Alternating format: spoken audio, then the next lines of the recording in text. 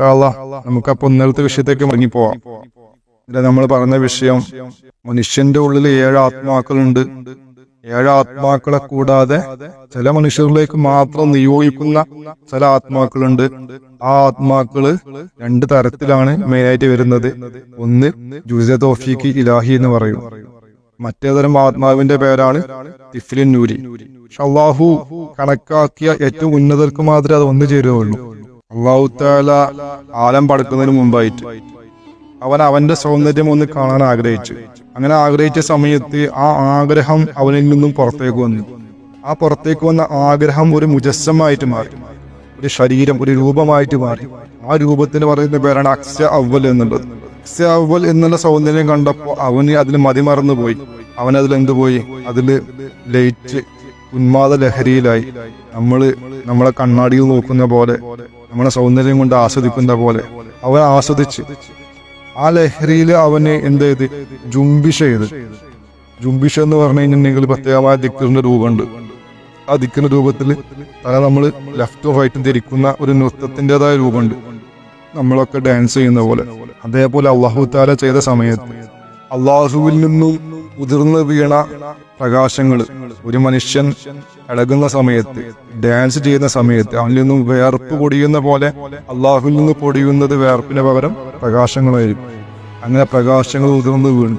ആ പ്രകാശങ്ങൾ ഒരു മുജസ്സമായിട്ട് മാറി, വീണ്ടും മുജസ്സമായി മാറി. ഈ അക്സേബിനെ കണ്ടുകൊണ്ട് ചെയ്ത ഈ ജുംബിഷിൽ നിന്നും ഉണ്ടായ വേർപ്പ് കണങ്ങൾ അല്ലെങ്കിൽ ഈ പ്രകാശ കണങ്ങൾ ആദ്യം ഒരു വട്ടം ജുംബിഷ ചെയ്തപ്പോ ഒരു രൂപം ഉണ്ടായി.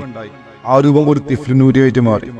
വീണ്ടും ചെയ്തു. അങ്ങനെ 7 വട്ടം ചെയ്തു. അപ്പൊ 7 തിഫ്ലുൻ നൂരി ഉണ്ടായി.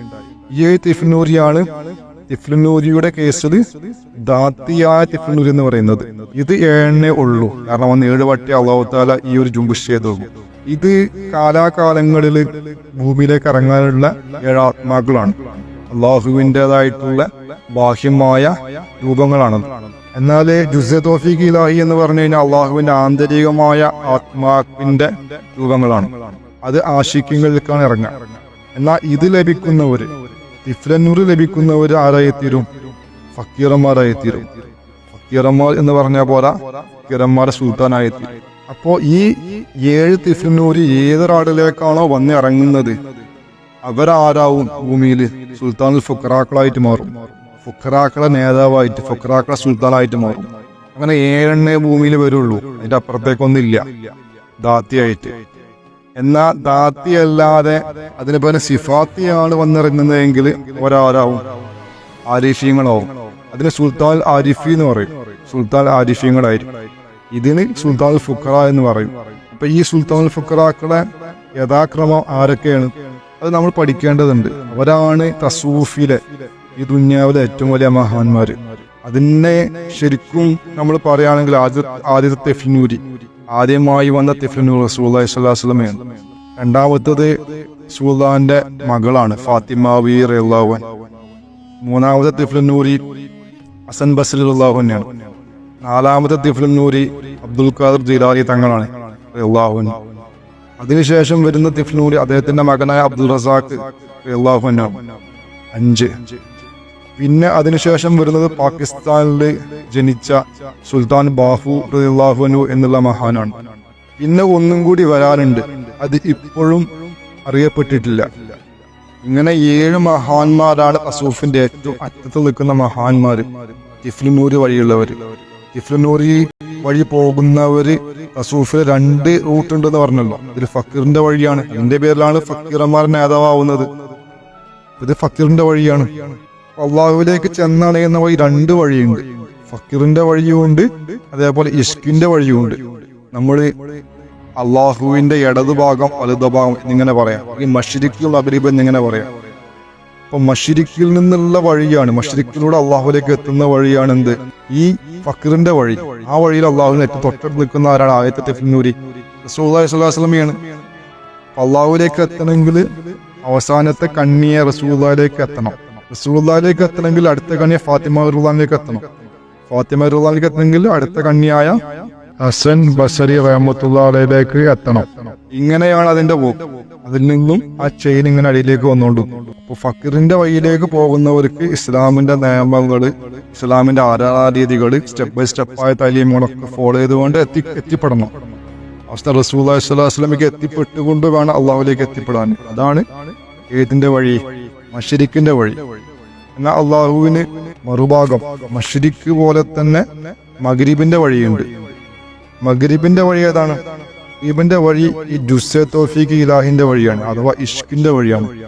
ഇഷ്കിന്റെ വഴിയിൽ വരുന്ന ആദ്യത്തെ കണ്ണി ഇമാം മഹദി അലൈഹി സ്വലാം ആയിരിക്കും. ഇമാം മഹദിയുടെ വഴിയാണ്. പക്ഷെ ഇമാം മഹദി ഭൂമിയിലേക്ക് വരുന്നതിന് മുമ്പ് ആ വഴിയിൽ സഞ്ചരിച്ചിരുന്ന ഒരുപാട് ആളുകളുണ്ടാവും. കാരണം ഇമാം മഹദി അലൈഹി സ്വലാമിന്റെ റൂഹ് മുമ്പേ ഉണ്ടല്ലോ. സുൽത്താന്റെ റൂഹ് മുമ്പേ ഉള്ള പോലെ തന്നെ ഇമാം മഹദിയുടെ റൂഹ് മുമ്പേ ഉണ്ട്. ജിസ്മാണ് അവസാന നാളിൽ വരിക, പക്ഷെ റൂഹ് മുമ്പേ ഉണ്ട്. ആ റൂഹിന്റെ സഹായത്താൽ ഭൂമിയിലേക്ക് വന്ന ഒരുപാട് മഹാന്മാരുണ്ട് ആ വഴി സഞ്ചരിച്ച. അത്തരക്കാരായ ആളുകള് ഒരു പക്ഷേ ശരീഅത്തിന്റെ വിഷയത്തിൽ നമ്മൾ നോക്കുന്ന സമയത്ത് നമുക്ക് തോന്നിപ്പോവാം അവരെ മഹാന്മാരല്ല എന്നുള്ളത്. അവരെ മഹാന്മാരാണ്. മുസാ നബി അലൈഹി ഇസ്ലാമിന്റെ കാലഘട്ടത്തിൽ ഉണ്ടായിരുന്ന ആഷിഖുണ്ട്. ഇൻഷാ അല്ലാഹ് അതിന്റെ കാലഘട്ടം നമുക്ക് പിന്നെ പറയാം. അദ്ദേഹം ആ വകുപ്പിൽപ്പെട്ട ആളാണ്. പാകിസ്ഥാനിൽ ഒരാളുണ്ട്, ലാൽ ഷഹബേസ് കലന്തർ, വലിയ മഹാനാണ്. അതേ ആവിയിൽപ്പെട്ടവനാണ്. പല മഹാന്മാരും വന്ന വഴിയാണ് ഇഷ്കിന്റെ വഴി. പക്ഷെ വന്നതൊക്കെ അവിടെയും ഇവിടെയൊക്കെ ആയിട്ട് ചെറിയ തോതില്, ചെറിയ അളവിലെ വരിക. പക്ഷെ ഇമാം മഹദി അലൈഹി ഇസ്ലാമിന്റെ കാലഘട്ടത്തിൽ ഇമാം മഹദി അലൈഹി ഇസ്ലാമിന്റെ അനുയായികളെ വരുന്ന മുഴുവൻ ആളുകളും ഈ വഴിയിലൂടെ വരിക. കാരണം ഇഷ്കിന്റെ വഴിയാണത്. ആ മുൻഗാമികളായ മഹാന്മാരെ പോലെയുള്ള മർത്തബകളുമായിട്ട് തന്നെയാണ് ഇമാം മഹദി അലൈഹി ഇസ്ലാമിന്റെ അനുയായികൾ വരിക. അവരെ വഴി ഡിഫറന്റ് ആണ്. അവർക്കും അള്ളാഹുൻ മടക്കി ഒരേ ഒരു ലിങ്ക് മാത്രമേ ഉള്ളൂ, ഇമാം മഹദി എന്നുള്ള ലിങ്ക് മാത്രമേ ഉള്ളൂ. എന്നാൽ മറ്റേ ഭാഗത്ത് അങ്ങനെയല്ല. ഫക്കീറിന്റെ വഴിയിലൂടെ വരുന്ന സമയത്ത് റസൂലുള്ള ലിങ്ക് ഉണ്ട്, ഇതിന്റെ ബാക്കിൽ ഒരുപാട് ലിങ്കുകളുണ്ട്. അപ്പൊ ആ വഴിയില് ഫാത്തിമ റളിയല്ലാഹു തൊട്ടടുത്തേക്കുന്നുണ്ട്. ഈ വഴിയില് ഫാത്തിമ റളിയല്ലാഹുവിന് പകരം മുഹമ്മദിലെ കാര്യം ലിങ്ക് ഇല്ല, ഡയറക്റ്റ് ലിങ്കാ വരുന്നത്. അപ്പൊ നമ്മളെ ഈ ഒരു കൺസെപ്റ്റ് മനസ്സിൽ വെക്കുക. ഇഷ്കിന്റെ വഴിയുണ്ട്, അതേപോലെ തന്നെ ഫക്കീറിന്റെ വഴിയുണ്ട്. ഫക്കീറിന്റെ വഴികളിൽ 7 സുൽത്താനുകളെ പേരാണ് ഞാൻ പറഞ്ഞിരുന്നത്. അതേപോലെ ഇഷ്കിന്റെ വഴിയിലൂടെയും വലിയ വലിയ മഹാന്മാരുണ്ട്. അങ്ങനെ ഒരു മനുഷ്യനിലേക്ക് ഒന്നുകിൽ ജുസ്വ തൗഫീഖ് ഇലാഹി ആയിരിക്കും ഇറങ്ങുന്നത്, എന്നാൽ മറ്റൊരാളിലേക്ക് ഈ പറഞ്ഞ ഫക്കീറിന്റെ വഴിയിലൂടെയുള്ള തിഫ്ലനൂരി ആയിരിക്കും. രണ്ടും കൂടി കിട്ടപ്പെട്ടവരും ഉണ്ട് ഈ ഉമ്മത്തില്. അതിന് ഉദാഹരണമാണ് റസൂലുള്ളാഹി സ്വല്ലല്ലാഹു അലൈഹി വസല്ലം. റസൂലുള്ളാഹി സ്വല്ലല്ലാഹു അലൈഹി വസല്ലമയിൽ എന്താണുള്ളത്? ഈ എല്ലാവരിലും ഉള്ള പോലെ ഈ 7 തായിഫും റസൂലുള്ളാഹിലുണ്ട്. അതിനോടുകൂടി റസൂലുള്ളാഹിയിൽ എക്സ്ട്രാ 2 കാര്യങ്ങൾ വരുന്നത് ഈ 2 കാര്യങ്ങൾ. ഒന്ന് ജുസ്വ തൗഫീഖ് ഇലാഹി ഉണ്ട്, അതേപോലെ തിഫ്ലുന്നൂരി ഉണ്ട്. രണ്ടും ദാത്തിയാണ്. ഇതിൽ രണ്ടിലും ദാത്തി സിഫാത്തി ഉണ്ടല്ലോ. റസൂലുള്ളാഹിയിലെ രണ്ടും ദാത്തിയാണ് പറഞ്ഞാൽ ജുസ്വ തൗഫീഖ് ഇലാഹി ദാത്തിയാണ്, അതേപോലെ തിഫ്ലുന്നൂരിയും ദാത്തിയാണ്. അപ്പൊ എത്ര മഹത്വം ഉണ്ടാവും? അതേപോലെ ഒരേ ഒരാളെയാണ് ഭൂമി ലോകത്ത് അല്ലെങ്കിൽ മൊത്തം നോക്കുന്നുണ്ടെങ്കിൽ ഒരേ ഒരാൾ മാത്രമേ പിന്നെ വരുന്നുള്ളൂ ഈ രീതിയിൽ. അത് ഇമാം മഹദിയാണ്. ഇമാം മഹദിയിലും ഇതേപോലെ തന്നെയാണ്. ഈ പറഞ്ഞ ജുസ്വ തൗഫീഖ് ഇലാഹി ദാത്തിയാണ്, അതേപോലെ തിഫ്ലുന്നൂരിയും ദാത്തിയാണ്. ആ മഹത്വം ഈ ലോകത്ത് പ്രപഞ്ചത്തിൽ ആകെ 2 പേർക്കേ ഉള്ളൂ ഒരേപോലെ വരുന്നത്. ഒന്ന് ഇമാം മഹദിയാണ്, 2 റസൂലുള്ളാഹിയാണ് സ്വല്ലല്ലാഹു അലൈഹി വസല്ലം. എന്നാലേ ജുസ്വ തൗഫീഖ് ഇലാഹി തിഫ്ലുന്നൂരും പരിഗണിക്കുന്ന സമയത്ത് തിഫ്ലുന്നൂര് ദാത്തിയായിട്ട് ജുസ്വ തൗഫീഖ് ഇലാഹി സിഫാത്തി വന്നവരുണ്ട്. അതിന് ഉദാഹരണമാണ് ഗൗസുൽ ആലമില് റളിയല്ലാഹുവില് ജുസ്വ തൗഫീഖ് ഇലാഹി സിഫാത്തിയാണ്, ദാത്തിയല്ല. എന്നാ തിഫ്ലുന്നൂരി ദാത്തിയാണ്. ആ ഡിഫറൻസ് മാത്രമേ ഉള്ളൂ. നമ്മൾ അറിഞ്ഞിരുന്നു കഴിഞ്ഞാൽ നമുക്കൊരു കാര്യം മനസ്സിലാക്കാൻ പറ്റും. നമ്മൾ കേരളക്കരയിൽ നമ്മൾ നോക്കുന്ന സമയത്ത് ഈ ഫക്കീറിനെ കുറിച്ച് ആരും സംസാരിച്ചിട്ടില്ല. ഫക്കീറിന്റെ വിഷയം ആരും സംസാരിച്ചിട്ടില്ല. ഫക്കീറിന്റെ വഴിയിൽ 7 മഹാന്മാരുടെ പേരുകൾ നമ്മൾ ഒരു കിതാബിലും കണ്ടിട്ടില്ല. എന്നാൽ ഞാൻ ചില കിതാബുകൾ മുമ്പേ കണ്ടിട്ടുണ്ട്, പല കിതാബുകളിലും. അത് നമ്മുടെ നാട്ടിലുള്ള കിതാബുകളല്ല. അതിനർത്ഥം നമ്മൾ അഹങ്കരിച്ചതുകൊണ്ട് കാര്യമില്ല, നമുക്ക് ഇൽമുണ്ട് എന്നുള്ളതുകൊണ്ട്. ഇൽമ് ഒരുപാടുണ്ട്, അതിന്റെ അപ്പുറത്തേക്കും ഇപ്പുറത്തേക്കൊക്കെ പോകുന്ന ഒരുപാട് ഇൽമുകളുണ്ട്. ഇൽമിന്റെ അഹലുകാരുണ്ട്. അവനവന്റെ അഹങ്കാരം കൊണ്ട് നമ്മളാണ് ഏറ്റവും വലിയവര്, നമ്മളെ ദേശക്കാരൻ ഏറ്റവും വലിയ ഔലിയാക്കൾ എന്നൊക്കെ പറയുന്നത് അത് ശരിക്കും റുഹാനിയത്തിൽ എന്താണ് ഒരു പോരായ്മയാണ്. ഇത്രയും കാര്യങ്ങൾ പറഞ്ഞതിലൂടെ നമുക്ക് ഏകദേശം ഈ ഒരു അള്ളാഹുലേക്ക് എത്തിപ്പെടുന്ന ഈ റൂഹുകളെ കാര്യങ്ങൾ മനസ്സിലായി. ജുസ്വ തൗഫീഖ് ഇലാഹി തിഫ്ലുന്നൂരി എല്ലാവർക്കും കിട്ടുന്ന മുതലല്ല. അത് സ്പെഷ്യൽ ആളുകൾക്ക് അള്ളാഹുവിന്റെ ഭാഗത്തു നിന്ന് വരുന്ന ഒരു പ്രത്യേകമായ റൂഹാണ്. അതല്ലാതെ എല്ലാവരിലേക്കും അത് കിട്ടൂല. എന്നാൽ മറ്റുള്ള 7 റൂഹുകളും എല്ലാവരിലും ഉണ്ട്. ഇനി ഈ ജുസ്സ തൗഫീഖ് ഇലാഹി വഴി അള്ളാഹുവിനെ കാണുന്ന കാഴ്ച, അതേപോലെ തിഫ്ലന്നൂരി വഴി അള്ളാഹുവിനെ കാണുന്ന കാഴ്ച ലത്തായിഫുൽ അന വഴി കാണുന്ന പോലെ അല്ല, ഡിഫറെന്റ് ആണ്. കാരണം ഇത് ഒരുപാട് നമ്മൾ പഠിക്കാനുണ്ട്. ചില ഔലിയാക്കള് പറയാറുണ്ട് അള്ളാഹുവിനെ കാണാൻ സാധിക്കൂല, സ്വപ്നത്തിൽ കാണാൻ സാധിക്കില്ല എന്നൊക്കെ പറഞ്ഞ് ഞാൻ കേട്ടിട്ടുണ്ട്. പക്ഷെ അത് തെറ്റാണ്. സ്വപ്നത്തിലൂടെ കാണുന്ന രീതിയാണ് ലത്തായിഫുൽ അനക്കാർക്ക് ഉണ്ടാവുക. തിഫ്ലന്നൂരി വഴി കാണുന്നത് പുറങ്ങണ്ണു കൊണ്ട് തന്നെ കാണാൻ സാധിക്കും. ആ രീതിയിലുള്ള മർത്തബയിലെത്തി തിഫ്ലന്നൂരിയുടെ അഹ്ലുകാര്. അവര് അള്ളാഹുവിനെ ഇച്ഛിക്കുന്ന സമയത്തെല്ലാം കാണാൻ സാധിക്കുന്നവരാണ്. അപ്പൊ ഈ 7 മഹാന്മാര് നമ്മൾ പറഞ്ഞ റസൂലുള്ളാഹി സ്വല്ലല്ലാഹു അലൈഹി വസല്ലം തൊട്ട് സുൽത്താൻ ബാഹു വരെ പറയുന്ന ആളുകൾക്കൊക്കെ എന്ത് ചെയ്യാൻ പറ്റും? അള്ളാഹുവിനെ ലാഹിറായ കണ്ണുകൊണ്ട് തന്നെ കാണാൻ സാധിക്കും ഇച്ഛിക്കുന്ന സമയത്തെല്ലാം. അവരെ മർത്തബ അതാണ്. അതേപോലെ ജുസ്സ തൗഫീഖ് ഇലാഹിന്റെ അഹ്ലുകാരാണെങ്കിലോ അവർക്ക് മുറാക്കബയില കാണാൻ സാധിക്കും, മുറാക്കബ വഴി. പക്ഷെ മുറാക്കബയിൽ കാണുന്ന ആ കാഴ്ചയാണ് പുറങ്ങണ്ണ് കൊണ്ട് കാണുന്നതിനേക്കാൾ ഉത്തമം, ഏറ്റവും വലിയ കാഴ്ച. അങ്ങനെ അള്ളാഹുവിനെ കാണുന്ന രീതികൾ പലതരത്തിലുണ്ട്. പുറങ്ങണ്ണ് കൊണ്ട് കാണുന്ന രീതി, സ്വപ്നത്തിൽ കാണുന്ന രീതി, അതേപോലെ മുറാക്കബയിൽ കാണുന്ന രീതി ഒക്കെ ശരിക്കും വ്യത്യാസങ്ങളുണ്ട്.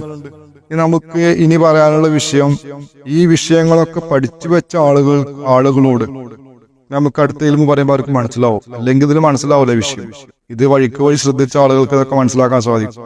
ഇനി നമുക്ക് അള്ളാഹുവിന്റെ ഔലിയാക്കളുള്ള വിഭിന്ന വർഗങ്ങള്, വിഭിന്ന വിഭാഗങ്ങൾ എങ്ങനെയാ തരംതിരിച്ചിരിക്കുന്നതെന്ന് കേട്ട് കഴിഞ്ഞാൽ ഒന്നും കൂടി ക്ലാരിറ്റി കിട്ടും. അതല്ലാതെ നമ്മൾ പറഞ്ഞു കഴിഞ്ഞാൽ ക്ലാരിറ്റി കിട്ടൂല. ഒരു പക്ഷെ ആ വിഷയം അവതരിപ്പിക്കുന്ന സമയത്ത് അത് തന്നെ അവർ അവിശ്വസിച്ചു പോകും. അത് ശരിയല്ല എന്ന് പറഞ്ഞ വിട്ടെറിഞ്ഞു പോകും. ഈ വിഷയം അവതരിപ്പിച്ച ശേഷം പറയുമ്പോൾ അതിനൊരു ക്ലാരിറ്റി ഉണ്ട്. അത് കാരണം ഇത് കേട്ടിട്ടും വിശ്വസിക്കാത്തവർക്ക്, അല്ലെങ്കിൽ ഇത് മനസ്സിലാവാത്തവർക്ക് നമുക്ക് മനസ്സിലാക്കി കൊടുക്കേണ്ട ആവശ്യമില്ല. അത് അവരവരെ യോഗ്യതയാണ്, അവരവരെ വിധിയാണ്. അടുത്ത ക്ലാസ്സിൽ നമുക്ക് ആ ഔലിയാക്കളെ ഡിഫറെന്റ് കാറ്റഗറികൾ എങ്ങനെ തരംതിരിച്ചിരിക്കുന്നു, മശായിഖന്മാരെ ഡിഫറെന്റ് കാറ്റഗറികൾ എങ്ങനെ തരംതിരിച്ചിരിക്കുന്നു എന്നൊക്കെ നമുക്കൊന്ന് അടുത്ത ക്ലാസ്സിൽ വിവരിക്കാം ഇൻഷാ അല്ലാഹ്. അതിനുശേഷം പിന്നെ നമുക്ക് ബാക്കി കാര്യങ്ങളിലേക്ക് പോകാം ഇൻഷാ അല്ലാഹ്. അസ്സലാമു അലൈക്കും.